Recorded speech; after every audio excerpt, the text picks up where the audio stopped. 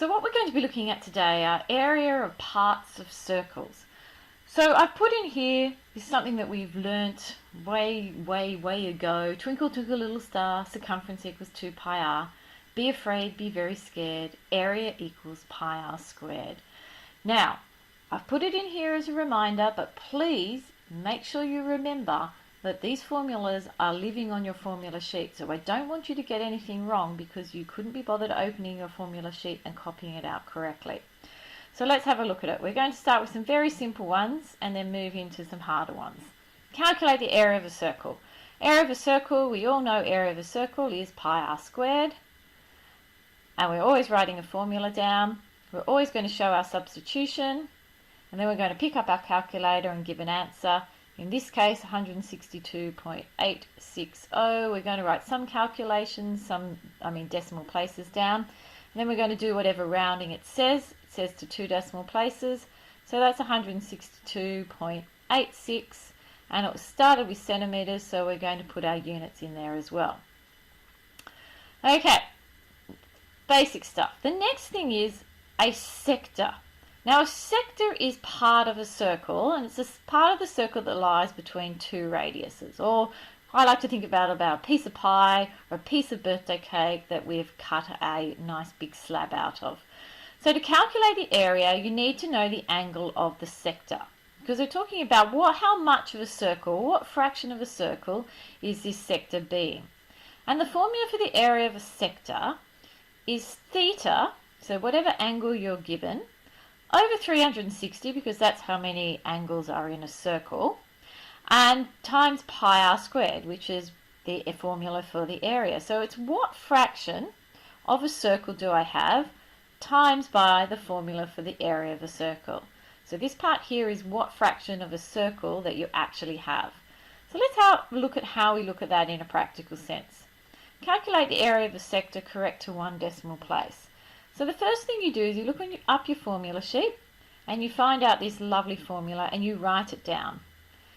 And we're not taking any shortcuts. So a theta over 360 times pi r squared.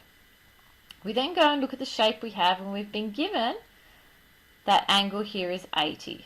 So it's 80 over 360 times pi times my radius, which is 5, and it's been squared. We pick up our calculator, we get an answer, and in this case I think it's 17.45329, something along those lines. And it says to 1 decimal place, so that's 17.5 centimetres squared. And that's all we have to do.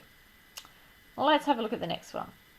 Find correct to 2 significant figures the length of the arc EI.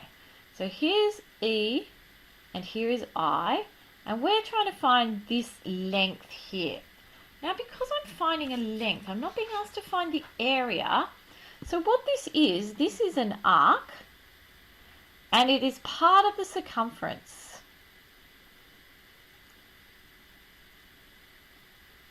So it's part of the circumference of the circle.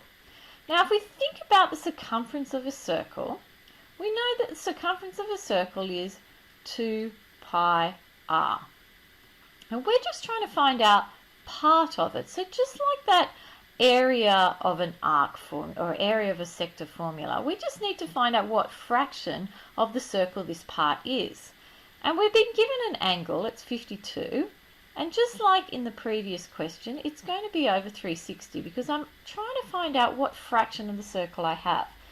So I've got 52 over 360 times 2 times pi times r, and I can just replace that r with 8. And we can pick up my calculator and work that out, and I'm going to get 7.26 and some more decimals. And the answer, let's just do it to 2 significant figures, it says. So that's going to be 7.3, because then I've got 2 significant figures, and it's centimetres, because we're just finding a length. Okay, 2 significant figures. That's the first part. Let's have a look at part B then. It says find the area of the sector PIE. Pi, get it? It's quite funny. Alright, so we're finding the area. We're going to write out our formula. Theta over 360 times pi r squared. Then we're going to put our numbers in. 52 over 360 times pi times 8 squared. We're going to pick up our calculator, and I think we get something like 29.04 and some other decimals to two significant figures, meaning I only want two numbers. So that's 29 and centimetres squared in this case. Now the other thing that you have to know, which is on your formula sheet, is something called the area of an annulus.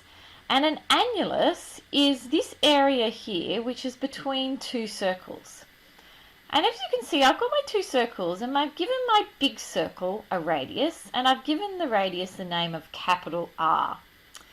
And then I have a small radius here belonging to my small circle, and I'm calling it small r. Now, if you think about it, the way you would normally do this is you'd find the area of the big circle. So in this case, it's pi, and I'll give that capital R squared. And you'd take away the area of the small circle, which in this case is pi with the small r squared. And as you can see, I've got pi in common, and I'm going to factorise that out by taking it out because it's common.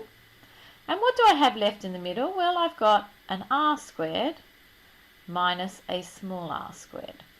And what this is this is the formula for the area of an annulus that is on your formula sheet. And we only use it when we have two circles and we're finding that area between the two of them. So if we look at this formula, or look at this example, we're going to find the area of the annulus. So area is going to be pi, the large circle radius squared, minus the small circle radius squared.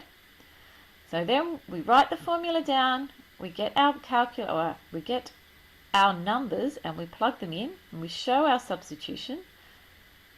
Then we pick up our calculators and we work out our answer, and it's something like 69.9004 and some other numbers. And we only want this to one decimal place, so that's going to be 69.9, and it's centimetres squared. And that's all there is to it. Any questions? You know where to find me.